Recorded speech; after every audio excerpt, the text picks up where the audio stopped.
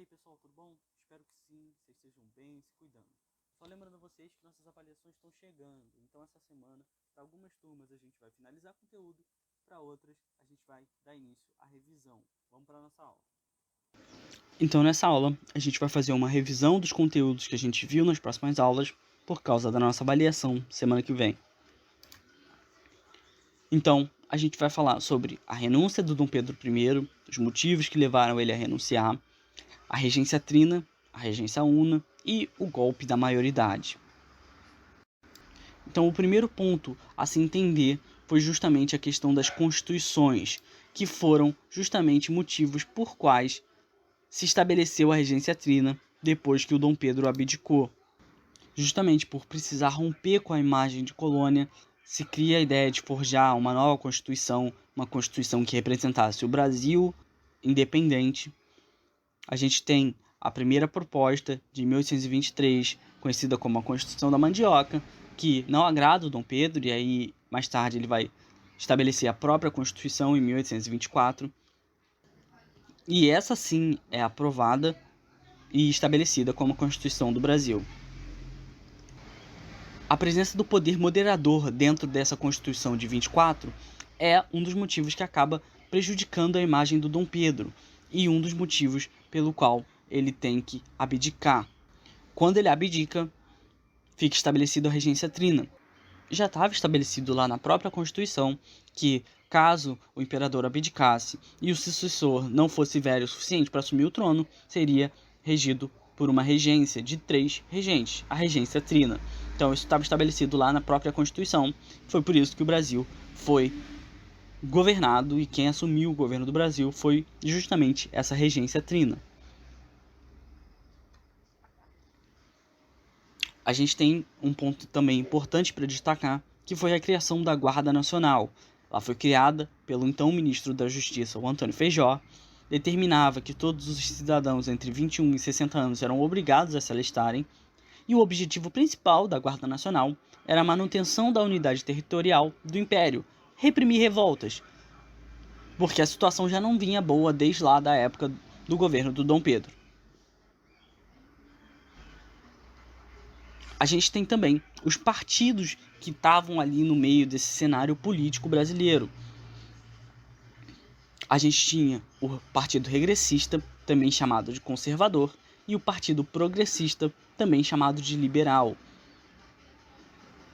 Então, o Partido Regressista era a favor do retorno do Dom Pedro I, só que com a morte dele em 1834, eles vão se juntar aos conservadores do Partido Brasileiro, e aí sim eles vão dar início ao que seria o Partido Conservador.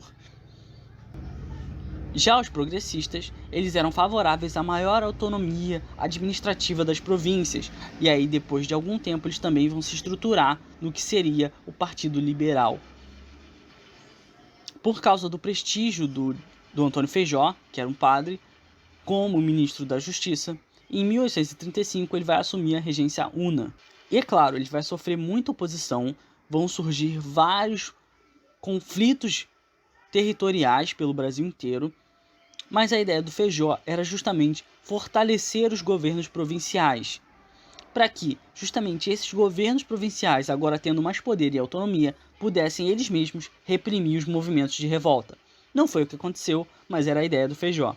Além disso, ele também é responsável por estruturar o Partido Progressista, só que devido a toda essa pressão que ele estava sofrendo, das revoltas que estavam acontecendo, ele acaba renunciando ao poder. O Araújo Lima era o sucessor indicado pelo próprio Feijó, apesar de ser opositor dele.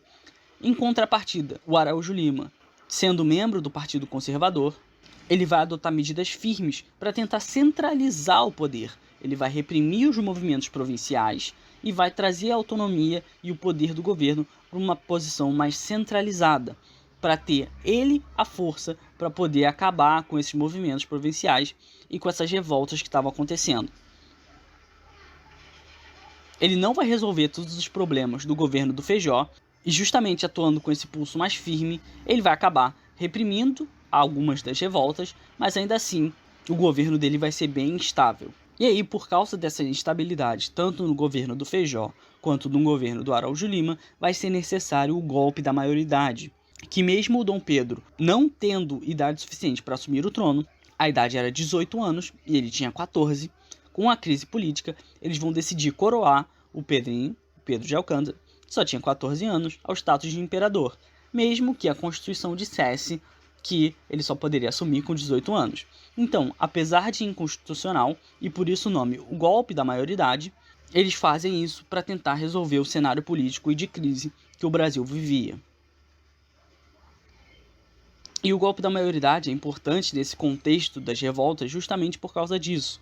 Se acreditava, tanto do lado conservador quanto do lado liberal, que a ideia de uma figura de poder e de autoridade central, que seria o imperador, seria necessário para resolver esses conflitos e essas revoltas, e que a partir do momento que o Brasil tivesse uma figura de autoridade central, um líder importante e forte, que era o imperador, essas revoltas seriam apaziguadas.